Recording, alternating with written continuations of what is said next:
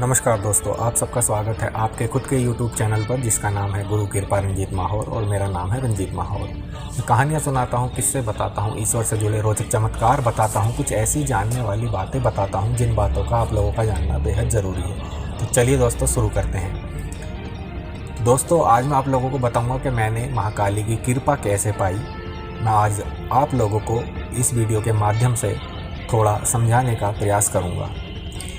और दोस्तों मैं ये भी कहना चाहूँगा, यदि आप मेरे चैनल पर नए हैं तो मेरे चैनल को सब्सक्राइब कर लीजिएगा, वीडियो को लाइक करिएगा और ज़्यादा से ज़्यादा अपने दोस्तों में शेयर करिएगा और हाँ, बेल आइकन दबाना मत भूलिएगा। तो चलिए दोस्तों शुरू करते हैं। तो दोस्तों मैंने महाकाली की जो कृपा पाई थी वो किस तरीके से पाई थी और किसके सानिध्य से पाई थी। मैंने महाकाली की कृपा अपने गुरु के सानिध्य से पाई थी। जैसे कि लोग कहते हैं और सबका मानना भी यही है कि बिना गुरु के ज्ञान नहीं है, क्योंकि गुरु जो होता है हमें आगे चलने का मार्गदर्शन दिखलाता है, हमें कैसे कार्य करने हैं, कैसे मंत्र जपने हैं, कैसे अपने शरीर का बंधन करना है और कैसे जिस हम स्थान पर मंत्र जप रहे हैं उस जगह को कैसे कीलना है और कैसे हमें लोगों के बारे में बताना है। तो इसलिए हमें गुरु की आवश्यकता पड़ती है।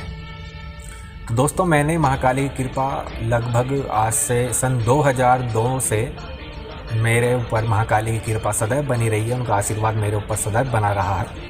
और यदि आप लोग चाहते हैं कि आपके साथ भी महाकाली का आशीर्वाद और महाकाली की कृपा आप लोगों के साथ बनी रहे, कृपा उनकी होती रहे, तो आप लोग कमेंट में अपना नाम, अपना निवास स्थान ज़रूर लिखिएगा और कमेंट करके मुझे बताइएगा कि आपको किस शक्ति की सिद्धि करनी है। तो दोस्तों जब मैं अपने गुरु से पहली दफ़ा मिला था तो जब तक मैंने उन्हें गुरु धारण नहीं करा था, क्योंकि मैं उनसे पहली दफ़ा मिला था। दरअसल हमारे जो गुरु जी हैं वो शमशान में रहते थे और वो वहीं पर ही उनका अपना निवास स्थान था। तो उनसे जो मेरी मुलाकात हुई थी, हमारे रिलेटिव में किसी की डेथ हो गई थी, तो मैं उस स्थान पर गया था और वहाँ जाने के बाद तो उनके ही वहाँ से जो उनका धुआं जलता रहता है, तो वहाँ से कंडा लाकर जो अग्नि जलाते हैं वो वहाँ से कंडा लाए थे। तब मेरी उन महाराज से मुलाकात हुई। तो उन महाराज ने उस दिन शायद उन्हें कुछ मेरे अंदर दिखा या उन्हें कुछ महसूस हुआ, क्योंकि देखिए मैं आपको बता दूं, ऐसे जो संत साधु होते हैं उन लोगों को देखते ही बता देते हैं कि वाकई में इनमें कोई क्षमता है कुछ करने की, कुछ करके दिखाने की, और किस शक्ति की उन पर कृपा है वो एक तरीके से देख लेते हैं। तो इसी प्रकार गुरुजी ने शायद मेरे अंदर कुछ देखा होगा, कुछ अनुभव किया होगा, तभी गुरु ने मुझे अपना शिष्य बनाने का निर्णय लिया। लेकिन उन्होंने एकदम मुझे अपना शिष्य नहीं बनाया, क्योंकि मैं आप लोगों को बता दूं, यहाँ कोई भी गुरु हो या कोई भी साधु संत हो, वो कभी भी एक बार की मुलाकात से किसी को चेला नहीं बनाते हैं, किसी को शिष्य नहीं बनाते हैं, क्योंकि सबसे पहले तो उनकी परीक्षा होती है। परीक्षा में वो ये नहीं है कि आपसे पैसे लेंगे या आप अपने कपड़े धुलवाएंगे या हाथ पाँव धोएंगे, नहीं। परीक्षा विचित्र परीक्षाएं होती हैं। सबसे पहली परीक्षा तो ये होती है कि वो आपकी एक तरीके से क्रोध पर नियंत्रण देखेंगे कि आपके अपने क्रोध पर कितना नियंत्रण है। और दूसरी चीज़ ये कि आपको किसी चीज़ का लोभ लालच तो नहीं है, या इस चीज़ को सीखने के लिए जो आपकी मंशा है, यानी कि आपकी जो इच्छा है वो गलत तो नहीं, आपकी भावना जो है वो गलत तो नहीं है इन चीज़ों को लेकर। तो सबसे पहले तो वो यही इस तरीके से ऐसी कुछ काफ़ी सारी बातें हैं जो वो हमारे अंदर देखते हैं। और फिर जब उन्होंने मुझे देखा और उन्होंने कहा कि बेटा आपका नाम क्या, मेरा नाम पूछा और ये पूछा कि आप कहाँ से आए हो, तो मैंने उन्हें सब बताया। मैंने कि महाराज मैं ऐसे ऐसे वहाँ से आया हूँ। और तो उन्होंने पूछा कि ये जो गुजर गए हैं ये कौन है तुम्हारे। मैंने कि ये हमारे बाबा लगते हैं। और अच्छा तो बेटा इनकी मौत कैसे हुई, यानी कैसे एक्सपायर हुई है। तो मैंने कहा कि महाराज ये काफ़ी समय से बीमार चल रहे थे और इनकी उम्र भी लगभग 80-85 साल की थी। तो काफ़ी समय से बीमार चल रहे थे, कुछ खा पी भी नहीं रहे थे। उन्होंने कहा चलिए ठीक है। तो बहुत सारी ऐसी बातें हुई गुरुजी से। फिर उन्होंने कहा कि बेटा मैंने तेरे साथ कोई शक्ति अनुभव की है कि तेरे यहाँ जब तू आया है यहीं अनुभव की है। हालांकि मेरे साथ ऐसा कभी, गुरुजी ने कहा कि हालांकि मेरे साथ ऐसा कभी कुछ ऐसा होता नहीं है, लेकिन मैंने पहली बार ऐसा कुछ महसूस किया है।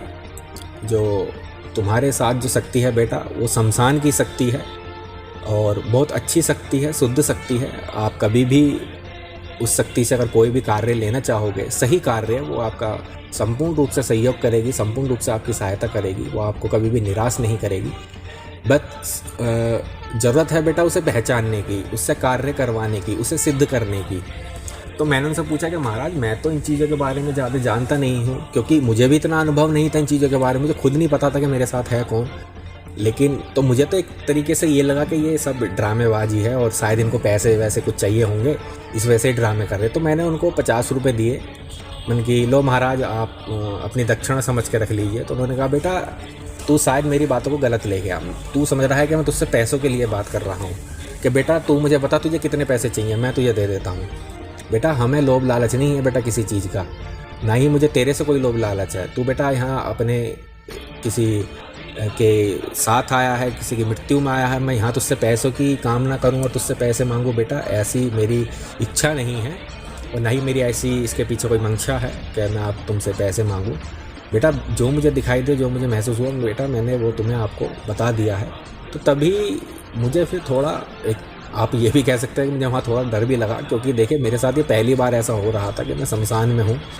और क्योंकि जिस टाइम हम अपने बाबा को लेकर गए थे तो उस टाइम लगभग शाम के 7 साढ़े 7 बज चुके थे, क्योंकि रात में लेकर गए थे हम शाम के टाइम। तो कुछ तो ये भी डर था, क्योंकि मुझे इन चीज़ों का अनुभव भी नहीं था, ना ही मुझे कुछ पता था इन चीज़ों का, मतलब A to Z में बिल्कुल आप लोगों की तरह था, मैं कुछ नहीं जानता था।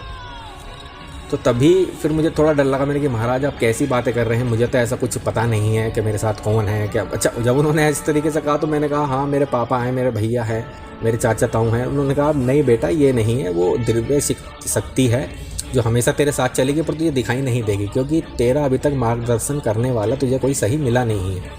मैंने कहा महाराज मैं तो इन चीज़ों के बारे में नहीं जानता। तो काफ़ी सारी बातें हुई। फिर उन्होंने मुझे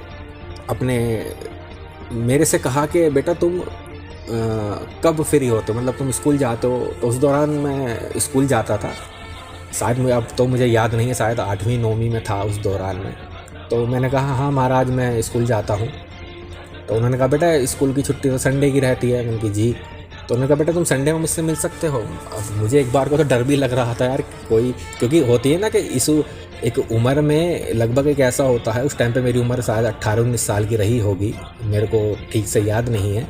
और तभी उन्होंने ये सोचा, मुझे ये लगा कि शायद कभी ये मुझे मार दें या मार कर यहीं जला दें, क्योंकि तरह तरह की मेरे दिमाग में बातें आ रही हैं। और मैंने कहा यार पता नहीं क्यों ये मुझे बुला रहे हैं। तो मैंने ये सारी बात जाकर अपने एक मेरा मित्र भी था मेरे साथ, मैंने उससे जाकर कहा। तो उसने मुझे कहा कि यार ऐसा कुछ नहीं है, अगर तुझे डर लग रहा है तो मैं तेरे साथ आ जाऊँगा, और ये इनका कमाई का जरिया है और कुछ नहीं है, तो उससे पैसे वैसे लेने होंगे।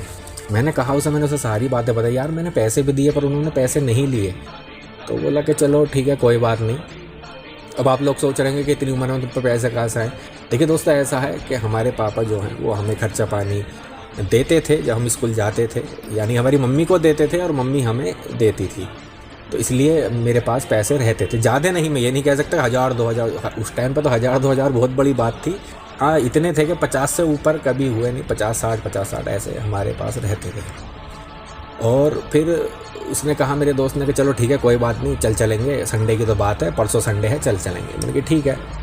तो जब हम संडे में वहाँ गए तो उन्होंने मुझसे कहा कि, मैं उनसे बोला उनकी महाराज नमस्ते, मैंने उनके चरण छुए, क्योंकि मेरे अंदर से ही मन से ऐसी विचार बने, ऐसी धारणाएं बनी कि मैं उनके पाँव छूँ। तो मैंने पाँव छुए, तो मेरे मुंह से पहला शब्द जो निकला उनके पाँव छूते समय, तो मैंने उनसे कहा गुरुदेव प्रणाम। तो मेरे मुंह से गुरुदेव निकला, और तो तभी से ही मैं उनको गुरु भी मानने लगा, क्योंकि उन्होंने जो बातें मुझसे शेयर करी, जो मुझे बताई, मुझे वाकई में फिर इन चीज़ों पर मुझे विश्वास होना शुरू हो गया। और दोस्तों मैं यही बता दूं, यदि आप लोग भी कोई पूजा पाठ या कोई मंत्र वगैरह है, किसी भी चीज़ के बारे में जानना चाहते हैं तो कमेंट करके बताएं। कमेंट में हर हर महादेव जरूर लिखेगा, और मैं डिस्क्रिप्शन में अपना व्हाट्सअप नंबर डाल दूंगा, वहाँ जाकर मुझसे व्हाट्सअप के ज़रिए बात कर सकते हैं। लेकिन कृपया करके इस चीज़ का विशेष रूप से ध्यान दें, मुझे कॉल ना करें। यदि मुझे लगेगा मुझे कॉल पर आपसे बात करनी चाहिए तो मैं स्वयं आपको कॉल करूँगा। तो फिर उन्होंने मुझे काफ़ी सारी बातें बताई। तो मैंने उनसे सबसे पहले प्रश्न यही करा अपने गुरुजी से कि महाराज, क्योंकि मेरे मुंह से गुरुजी निकल गया था, तो मैंने कहा कि गुरुजी मुझे आप ये बात बताइए कि ये जो शक्ति है जो भी मेरे साथ है वो कब से है और कितने दिनों से है। कि उन्होंने कहा बेटा बचपन की तो कहानी शायद तुझे अपनी याद नहीं होगी, अपना जो तेरा बचपन बीता है, क्योंकि लगभग 6-7 साल की उम्र में जो होता है वो लगभग थोड़ा थोड़ा ही किसी को याद रहता है, वरना तो अधिकतर नहीं रहता है। तो मैंने कहा हाँ महाराज, काफ़ी कुछ घटा तो है मेरे साथ, तो लेकिन मुझे ज़्यादा जानकारी नहीं है इस बारे में। तो उन्होंने मुझसे कहा कि बेटा तुम्हारे घर में अगर कोई बड़ा बूढ़ा हो तो आप उनसे पूछो, अपने पापा से पूछो। तो मैंने कहा चलिए ठीक है महाराज, मैं कुछ पूछूंगा उनसे, कुछ आप मुझे बताइए मुझे किस बारे में उनसे पूछना है। तो उन्होंने कहा बेटा तुम अपने बचपन के बारे में ये पूछना कि बचपन में तुम्हारे साथ कोई हादसा हुआ है और वहाँ से तुम मरते मरते बचे हो, इस बारे में बस मुझे इतना पूछ कर बता देना। तो मैंने कहा ठीक है महाराज, ये तो छोटी सी बात है, मैं पूछ लूँगा। तो मैं फिर अपने दोस्त के साथ घर आ गया। घर आने के बाद, क्योंकि उन्होंने मुझे बातें तो बहुत सारी बताई थी जो कि मैं इस वीडियो में नहीं बता सकता, वरना ये वीडियो बहुत लंबी हो जाएगी दोस्तों। तो तब मैं अपने घर आ गया अपने दोस्त की गैल, और मैंने तो हमारी एक बुआ हैं जो कि जैसे कि हालांकि वो हमारी बुआ नहीं लगती, काफ़ी उम्र थी उनकी, वो जगत बुआ हैं। यानी जगत बुआ ऐसे हैं कि हमारे पापा भी उन्हें बुआ कहते थे और जो बड़े बूढ़े थे वो भी उन्हें बुआ कहते थे। तो वो एक तरीके से हमारी जगत, यानी छोटे से लेकर बड़े तक सब उन्हें बुआ ही बुआ कहते थे। तो इस तरीके से वो जगत बुआ बन गई थी। तो बचपन से ही मैं उनके साथ, अधिकतर मैं उन्हीं के साथ रहा हूँ, और काफ़ी उम्र भी थी उनकी। अब तो खैर वो इस दुनिया में नहीं है, भगवान जहाँ कहीं भी है उनकी आत्मा को शांति दे। और मैं उन्हें काफ़ी याद भी करता हूँ, काफ़ी मिस भी करता हूँ, क्योंकि वो जो हमारी बुआ थी वो बहुत अच्छी थी। और दोस्तों मैं ज़्यादा फिर भावुक हो जाऊंगा, चलिए इस बात को यहीं ख़त्म करते हैं। तो फिर मैं अपने घर तो मैंने उन्हीं बुआ से अपनी से वार्तालाप करी, क्योंकि मैं उनसे अपनी बातें पूछता रहता था अपने बारे में और अपने घर के बारे में भी, वो बताती भी थी। तो मैंने उनसे पूछा बुआ क्या मेरे साथ कुछ ऐसा हादसा हुआ था कभी बचपन में, या कोई ऐसी कोई बात।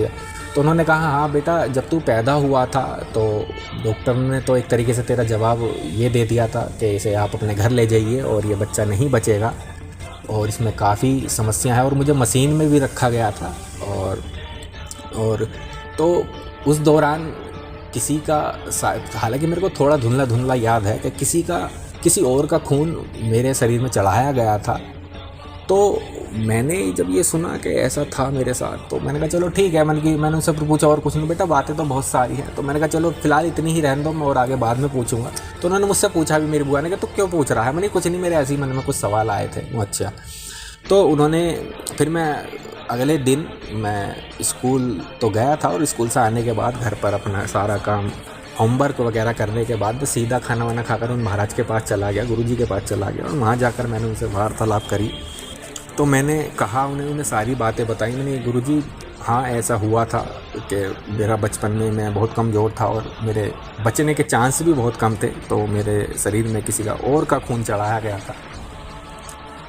तो उन्होंने मुझे बताया कि बेटा जिस शख्स का तेरे शरीर में खून चढ़ाया गया था वो शख्स जो था वो भगत था बेटा, और उसने भक्ताई उस दौरान छोड़ दी थी। उसे छोड़े हुए काफ़ी समय हो गया था। जब तेरे शरीर में जो खून चढ़ा था उसने वो ब्लड डोनेट करा था, और वो ब्लड घूम फिर कर तेरे पास ही आया। और इसी दौरान जो उसकी शक्तियां हैं, एक तरीके से ये कह सकते हैं कि उसका जो आशीर्वाद हो बेटा वो तुझे भी प्राप्त हुआ। और दोस्तों यहाँ देखिए, विश्वास आप करना ज़रूर, क्योंकि ऐसा होता है।